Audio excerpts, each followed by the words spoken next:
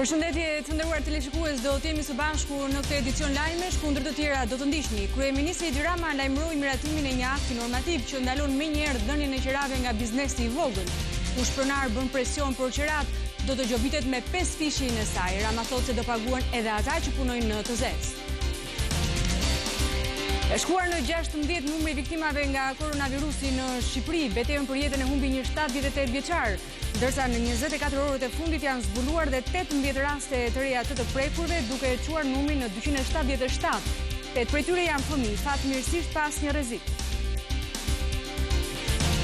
Një deklaratë e kryeministrit në mediat italiane se ai ishte ndaluar nga polici sepse reagoi ndaj një akti racizmi, solli menjëherë reagimin e Partisë Demokratike. Për PD-n, kryeministri ka fshehur në deklaratën e dekriminalizimit këtë arrestim. Reagon Rama. Të dhënat tregojnë se vendet e Europës lindore po e përballojnë me më pak të prekur pandeminë e koronavirusit. Shkencëtarët mendojnë se vaksina e tuberkulozit që është përdorur deri në fillim të viteve 90 është mbrojtja ndaj Covidit.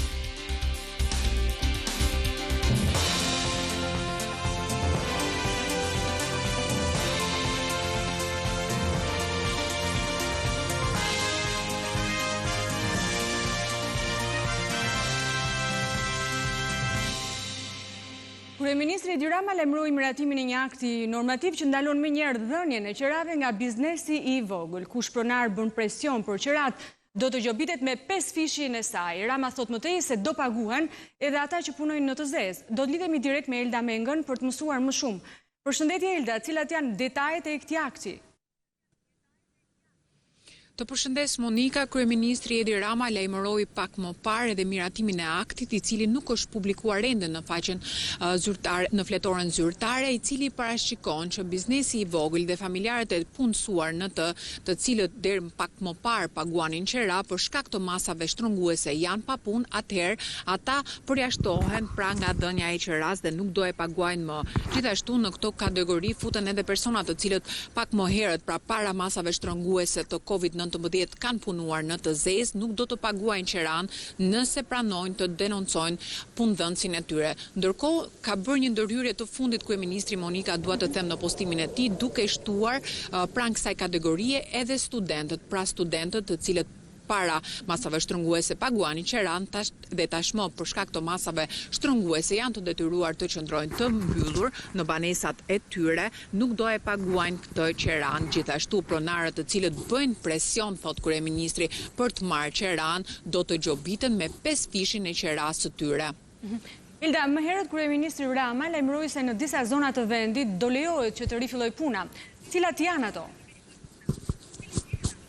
Atëherë kryeministri ka përmendur disa zona rurale, është Elbasani, Lushnja, Shkodra, Konispoli, Borshi, Fushkruja dhe Fieri Monika, të cilët do të nisin punën në kantierët e tyre pra punonjësit. Sipas kryeministrit, kjo është një masë domosdoshme për të rifilluar punën me kujdes, pra duke ruajtur distancën e caktuar mes punonjësve të kantierit për t'i dhënë një frymëmarrje të re ekonomisë, e cila për shkak të masave shtrënguese të COVID-19 pati disa ndalesa. Elda, Menga, të falenderoj për informacionet.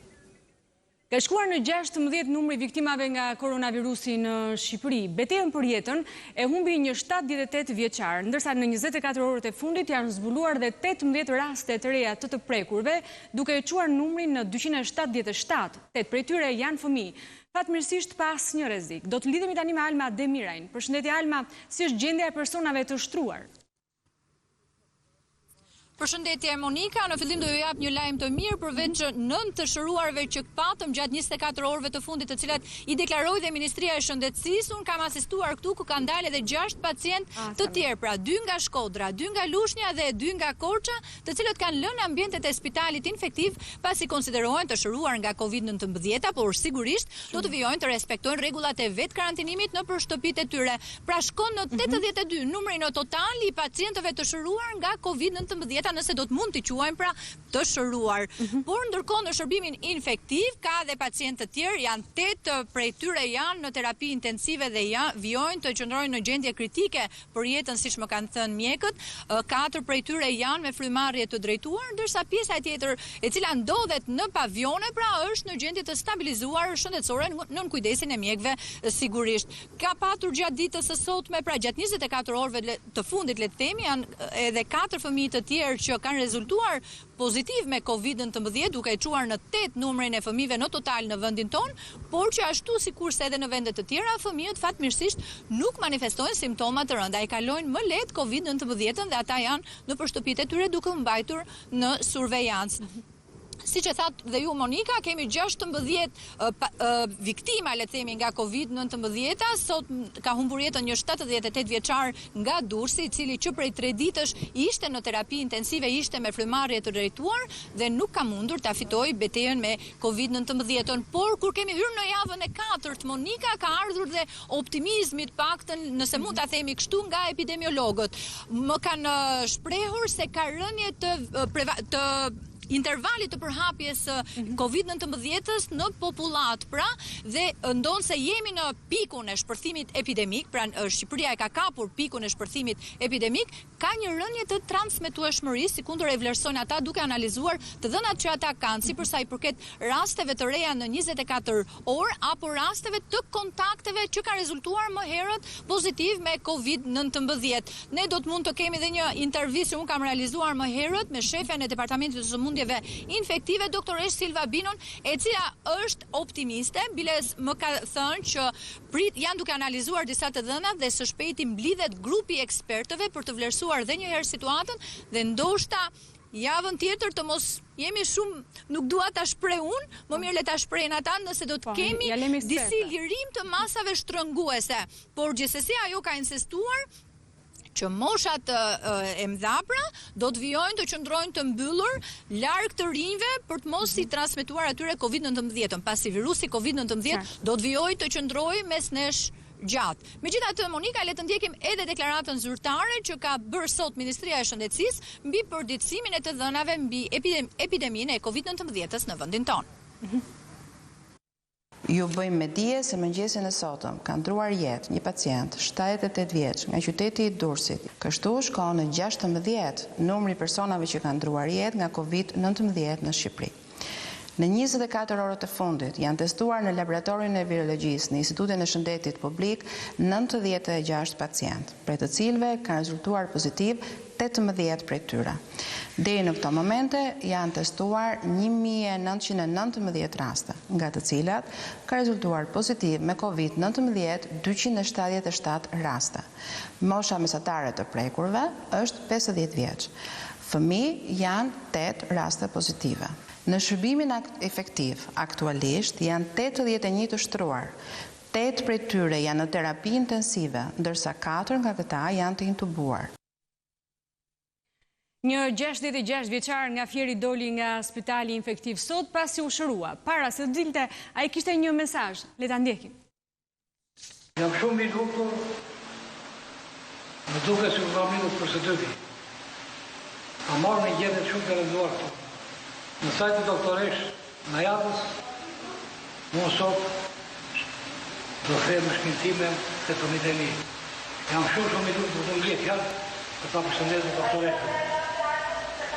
Në faleminderit shumë dhe stafit të efektivit këtu, për punë që ka bërë. Nuk jetë atë fjallë. Por harta e të prekurve nga koronavirusi është zgjeruar veçanërisht në Shkodër dhe Puk, por dhe në Elbasan. 3 raste të reja me COVID-19 janë shfaqur në qytetin e Elbasanit duke e çuar në 8 numrin total të prekurve. Një 53 vjeçare dhe vajzat e saj kanë dalë pozitive, ndërsa kryefamiljari negativ. Ndërkohë që vajzat përkatësisht 21 dhe 25 vjeç nuk paraqesin shenja, ëma është dërguar drejt infektivit në Tiranë për mjekim më të specializuar, sepse ka edhe probleme të tjera shëndetësore. 53 vjeçaria është punonjëse e një filiali banke në Elbasan dhe kjo ka bërë që gjithë stafi i bankës të nënshtrohet analizave. Ndërkohë do të gjykohet më tej vendosja ose jo e këtij filiali në karantinë. 3 vatrat e identifikuara në Elbasan nuk kanë lidhje me njëra tjetrën, ndërsa ende nuk dihet historiku i infektimit të fundit. Dyshimet janë se 53 vjeçareja mund të jetë infektuar në vendin e punës. Në Durrës është konfirmuar edhe një grua 70 vjeçare me SARS-CoV-2, sipas mjekëve ajo paraqet një gjendje të stabilizuar. Gruaja ka vetëm temperaturë të lartë dhe do të mjekohet në shtëpi. Në këtë qytet numërohen 30 raste. Ka shkuar në 14 numri të prekurve në qarkun e Shkodrës. Gjatë 24 orëve të fundit janë shtuar 3 raste të reja, ku 2 përkasin këtij qyteti. Një grua nga lagja e Kirasit ka rezultuar pozitive në testin e kryer me tampon vetëm 2 javë më parë. Ajo përcolli në banesën e fundit bashkëshortin dhe dyshohet se mund të jetë infektuar gjatë ceremonisë martore. Ndërkohë një qytetar tjetër i cili rezultoi pozitiv nga Shkodra është një person nga lagja e Dobracit i cili ka në pronësi një dyqan.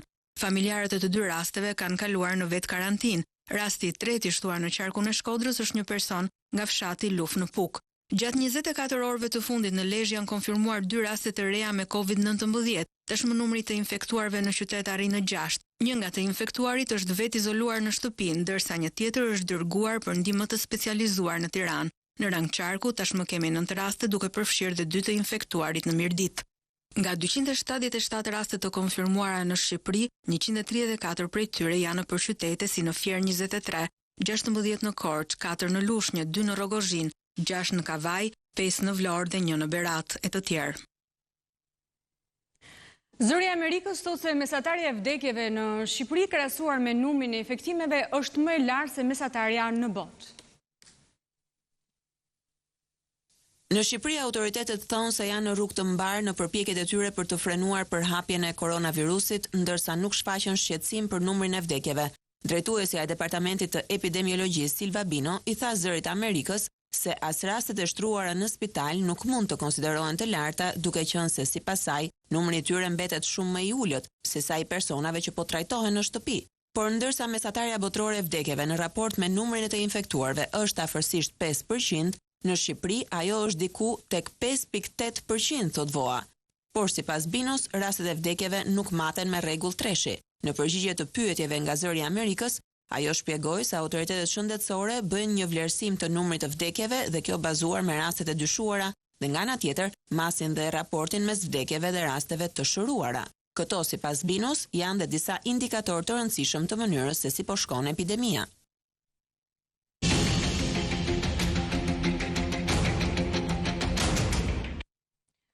Një deklaratë e kryeministrit Rama në mediat italiane se ai ishte ndaluar nga polici sepse reagoi ndaj një akti racizmi, solli menjëherë reagimin e Partisë Demokratike. Për PD-n, kryeministri Rama ka fshehur në deklaratën e dekriminalizimit këtë arrestim. Reagon menjëherë Rama. Ndjekim bashkë Elda Mengën. Politika uli armët duke lënë jashtë vëmendjes përplasjet e ditës për shkak të koronavirusit, po kur u duk se fokusi kryesor ishte përballimi i pandemisë së COVID-19, zhvillimet morën një kthes të re pas pohimit të kryeministrit Edi Rama në mediat italiane se ishte arrestuar në shtetin fshin disa vite më parë. Aq ka mjaftuar për demokratët për të nxjerrë në skenë kartën e dekriminalizimit, duke akuzuar kryeministrin për fshehje të së shkuarës së tij. Opozitarët i kujtuan Edi Ramës se si deputetët, Aqif Rakipi dhe Gledion Rehovica, humbën mandatin për fshehje në formularin e dekriminalizimit të arrestimit të tyre, duke kërkuar të njëjtin standard edhe nga kryeministri. Ka një problem të madh me këtë deklarim. Është arrestuar nga policia. Kryeministri nuk e ka deklaruar këtë arrestim në formularin e dekriminalizimit. Në rast mos deklarimi, ligji dikton se ai u mbet të gjitha funksionet publike, edhe si deputet, edhe si kryeministër. Ligji i dekriminalizimit, i kaluar me shumicë të cilësuar, nuk pezullohet me akt normativ, as në kohë lufte apo pandemie. Sa për të akulluar mendimet kryeministrit, 2 deputet janë larguar nga parlamenti për kaq gjë, thjesht sepse nuk deklaruan arrestin. Po për kryeministrin intervista është nxjerrë nga konteksti, pasi sipas tij ai ka folur për racizmin italian ndaj shqiptarëve, duke mos e kursyer ironin për demokratët.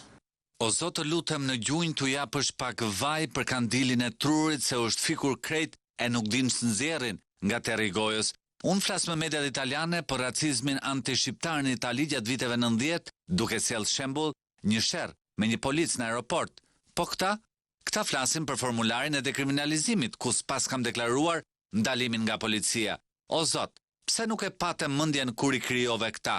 Po i le si karabina pa mure, pa elektrik, pa ujë. Ndërhyr zot i madh, se gjuna këta, po gjuna edhe ky popull, që çfarë nuk dëgjon prej tyre. Në intervistën për Gazeta dello Sport, kryeministri tregonte se si ishte arrestuar në aeroportin e Bolognas në vitet 90, pasi ishte revoltuar ndaj një polici, i cili e pyeste një grua shtatzën se çfarë kishte në bark.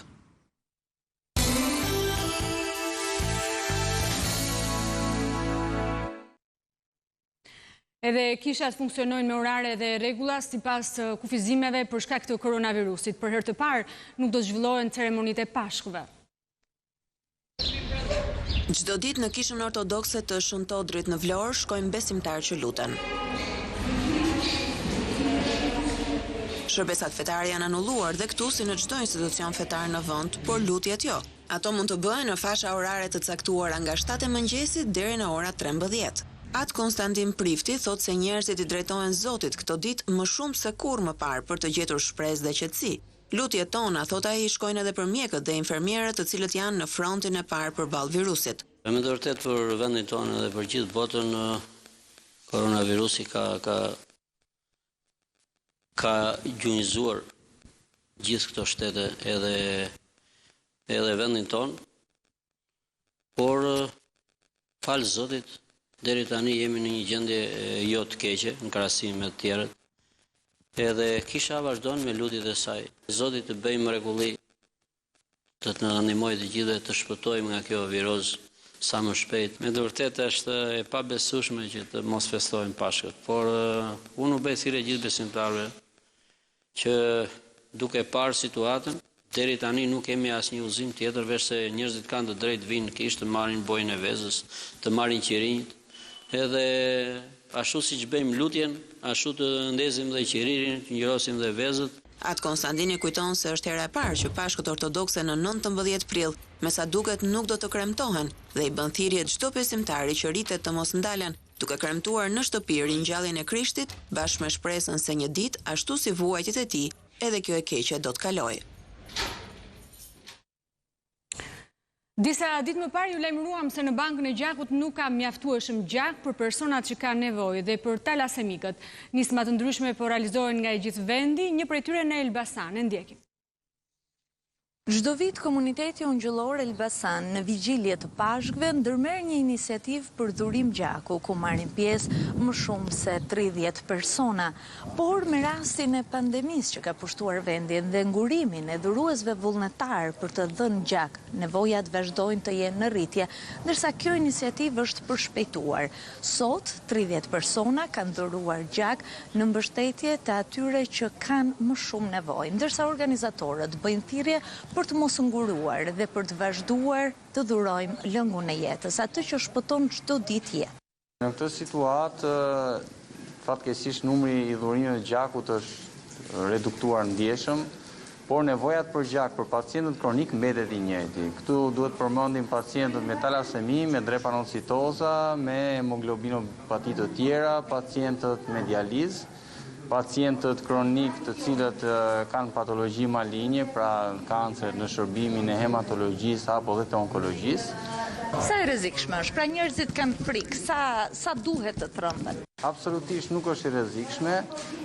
Nuk ka asnjë evidencë që COVID-19 transmetohet me anë të gjakut, kështu që një gjak i çdo kandidati është konsideruar i sigurt, vetëm duhet kemi parasysh që nuk duhet të paraqitet pranë bankave gjakut dikush i cili ka qenë në kontakt me dikë që ka udhëtuar në vendet me rrezik.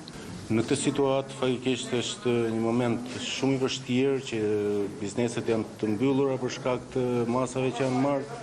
Institucionet shumica janë të mbyllura, universitetet janë mbyllura dhe nevoja për gjak është po e njëjta. Unë gjej rastin këtu që t'i bëj thirrje të gjithë institucioneve, të gjithë të personave të shëndetshëm që të paraqiten pranë bankave të gjakut, nuk i kushton askujt asgjë, me fjalë një seancë dhurimi gjaku për të shpëtuar një jetë. Duke dëgjuar nëpër media që është një nevojë e madhe dhe e thellë për gjak, jo vetëm për fëmijët talasemik, por veçanërisht për ta, ne menduam që s'na kushton asgjë gjë të dhurojmë gjakun një javë më përpara për që sado pak ndihmë për ta. Të dhurojmë gjak, një njeriu të shëndetshëm, dhurimi i gjakut 400 gram nuk i kushton asgjë hiç.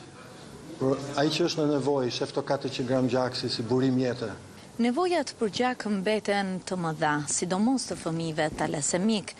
Nuk duhet të nguroni, por të paraqiteni pranë bankave të gjakut për të vazhduar të jepni si gjithmonë kontributin tuaj për të shpëtuar këta fëmijë.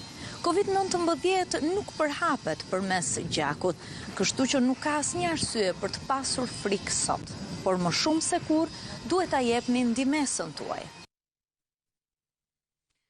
Liria është e shtrenjtë për të gjithë, por ka një kategori njerëzish për të cilët këto ditë në izolim janë dhe më të vështira, që nga fillimi i pandemisë ne ju kemi sjellë historinë nga familjet me fëmijët autik, por sot ka një arsye më shumë për t'i kushtuar vëmendje kësaj pjese të shoqërisë, pasi është dita botërore e autizmit.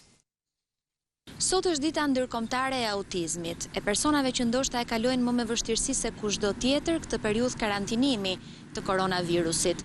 Ndaj jemi ndalur të flasim me psikologen Flavia Sheu, e cila na ka treguar më tepër rreth kësaj situate dhe vështirësive që hasin prindrit për t'i mësuar të gjithë fëmijët me një stil tjetër jetese, mbi të gjitha, vështirësinë që do të hasin pasi izolimi të ketë përfunduar. Statistika, por mbi të gjitha, këshilla se çfarë duhet bëjnë prindrit në të tilla raste. Flavia i ka treguar të gjitha. Periudha e këtij izolimit social, praktikisht fëmijët me autizëm kanë ndryshuar shumë rutinën e tyre, gjë e cila vështirëson jashtëmase shumë edhe procesin e të mësuarit. Pra, një fëmijë i cili është mësuar me një sistem të caktuar, vajtje në shkollë, vajtje në terapi, angazhim përgjatë pasditeve në kurse apo në kënde lojrash, tashmë do duhet të qëndrojë i izoluar në shtëpi, duke mos patur mundësinë e kryerjes së këtyre aktiviteteve të veta ditore. Sigurisht që sugjerimi për prindrit në këtë kohë është angazhimi maksimal në elementët e autonomisë personale. Pra, çfarë do të thotë kjo? Do të thotë që prindrit do duhet të angazhojnë fëmijët e tyre në spektër, në përgatitjen e tavolinës, në përgatitjen e ushqimit, në sistemimin e krevatit, në sistemimin e lojrave të tyre etj. etj. Statistikat e fundit tregojnë që 1 në 54 fëmijë ka çrregullim të spektrit të autizmit.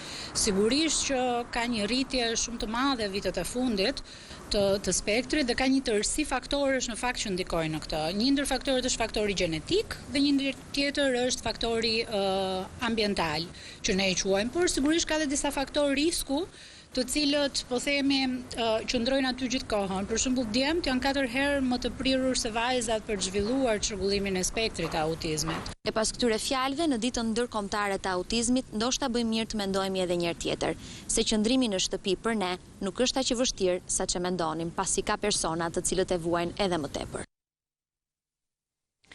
Mesazhe të tjera sensibilizuese nga prindër e fëmijë vinë në këtë ditë. Ndjekim Bruna Kurçukun. Dita botërore e autizmit e gjen këtë kategori në izolim. Një situatë e vështirë për të menaxhuar, sidomos për prindrit dhe vetë fëmijët. Qendra e autizmit në Elbasan trajton 75 fëmijë, të cilët këto ditë po përpiqet t'u japë shërbimin online. Ky 2 prill në fakt vit na gjeti ndryshe. Jemi mësuar që gjatë gjithë këtyre viteve të jemi tepër të angazhuar me aktivitete të ndryshme sensibilizuese. Në këtë ditë të veçantë, fëmijët arritën që të na sillnin mesazhet e tyre nëpërmjet video mesazheve, nëpërmjet detyrave, vjershave, këngëve, dhe ata janë edhe sot pranë nesh dhe ne pranë tyre. Por mesazhet sensibilizuese nuk kanë munguar. Janë vetë familjet dhe këta fëmijë, të cilët përmes videove kanë përcjell mesazhe pranimi dhe dashurie. Detyra jonë si prind përkushtohet me 3 fjalë: durim, përkushtim dhe dashuri. Kryesisht dashuri. Dashuria shpëton botën, shpëton fëmijën tuaj, shpëton juve, na shpëton edhe. Me moto të gjithë së bashku, ne mundim. Po. Kuptojini fëmijët tanë, jepuni mbështetje, bashkë mund t'ja dalin. Ne, tua, tumi, taturi. Nga ana tjetër, psikologët në këto ditë të izolimit janë të angazhuar më shumë në këshillimin e prindërve se si të menaxhojnë këto ditë izolimi, duke treguar më shumë përkushtim dhe mbështetje ndaj fëmijëve të tyre. Ajo çka prindrit duhet të bëjnë sot dhe është përgjegjësia e tyre është që të arrijnë të promovojnë te fëmijët sigurinë. Të gjithë ne në këto ditë kemi nevojë për siguri, për të krijuar një ambient të këndshëm, në harmoni dhe për për të bashkëbiseduar me ta, për të qenë gjithmonë disponibël me fëmijët, t'u japin përgjigje dhe të kërkojnë se si ata ndihen në ditë të tilla. Dita botërore e autizmit synon ndërgjegjësimin e popullsisë ndaj këtij çrregullimi dhe pranimin e kësaj kategorie me aftësi ndryshe. Numri i automjeteve që nuk qarkullojnë këto ditë llogaritet të jetë 42.000, ndër bizneset e prekura nga paralizimi i punës prej Covid-19 është dhe ai i makinave me qera. Ndjekim Andi Borën. Situata e Covid-19 në vendin ton ka goditur edhe një sektor ekonomik siç është ai i makinave me qera. Drejtori i qendrës kombëtare të automjeteve dhe mjeteve të tjera me qera, Teodor Osoja, thosë se situata financiare për këtë treg është shumë e vështirë dhe se qeveria duhet të lehtësoj disa bara fiskale ndaj këtyre kompanive. Tregu i makinave me qera ka të njëjtën dinamik dhe duhet trajtuar nga të gjitha institucionet vendimarrëse të shtetit dhe entet rregullatore që mungojnë praktikisht, njësoj me turizmin. Neve kemi të njëjtën dinamik me turizmin dhe neve punojmë kryesisht me të huajt që vinë këtu apo me shqiptarët që lëvizin jashtë shtetit. Makinat me qera, të cilat sot përbën një treg goxha të rëndësishëm.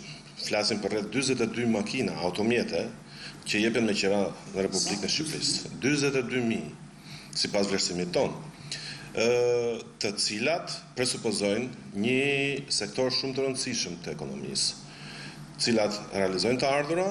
Rreth 42.000 automjete me rregullat e reja të ndalim qarkullimit tashmë qëndrojnë pa lëvizur. Përveç faktit që qiradhënia është lejuar, kemi të bëjmë me një ndalesë de facto të veprimtarisë tonë, për arsye se nuk lejohet qarkullimi i automjeteve. Për arsye se portet janë të mbyllura, aeroporti është i mbyllur, fluturimet janë ndaluar, që do të thotë dhe qarkullimin përgjithësi automjeteve nga qytetarët, që dhe shqiptarë që përbën një pakicë të tregut ton, të biznesit ton, si klientel, do të thotë që neve jemi aktualisht në kushtet e xhiros 0 lek, 0 euro. Problemi i tretë i tregut të makinave me qera lidhet me bankat, të cilat sipas drejtorit të kësaj qendre, Teodor Osoja, nuk kanë marrë parasysh vendimin e Bankës së Shqipërisë për shtyrjen e shlyerjes së kosteve mujore. Jemi të tërë në kushtet e kredimarrësve, që do të thotë që na duk pak e çuditshme kur nga disa banka ose le të themi kompani leasing, antarët e qendrës ton janë lajmëruar që do të vazhdoj faturimi i kësteve përkatëse, që presupozojnë detyrimet shtuara. Praktikisht, ne jemi në situatë të vështirë.